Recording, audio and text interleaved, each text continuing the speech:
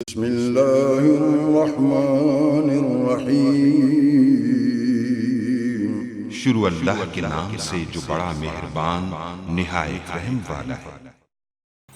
अस्सलाम वालेकुम गाइस। तो इस स्टोरी में मैं आपको चोरी करने का एक नया मेथड में कि लोग किस तरह नए मेथड से चोरी कर रहे हैं, तो इसके अगर आपको वीडियो हेल्पफुल लगे इसको लोगों के साथ शेयर ज़रूर की ताकि लोग इससे बच सकें। तो ये चोरी कैसे करते हैं कि ड्राइवर वगैरह के साथ जो है नशे लोग वगैरह जो इस तरह के मिले होते हैं, ड्राइवर मिलकर जो चोरी करवाते हैं। कैसे करवाते हैं कि टोटे के जो जहाँ पीछे लोग सामान रखते हैं, लास्ट सीट से पीछे जहाँ थोड़ी सी जगह आती है जहाँ से डिग्गी वगैरह जो होती है वहाँ, तो लोग अपने बैग वगैरह रखते हैं। तो उस बैग वगैरह में अपना कीमती सामान पैसे वगैरह रखते हैं। तो ये देखें, ये ड्राइवर ने इसको पीछे लास्ट वाली सीट के पीछे जो जगह थोड़ी सी वहाँ बिठाया हुआ है और जितने का मैं यहीं बैठ के चला जाऊँगा लोगों को वगैरह।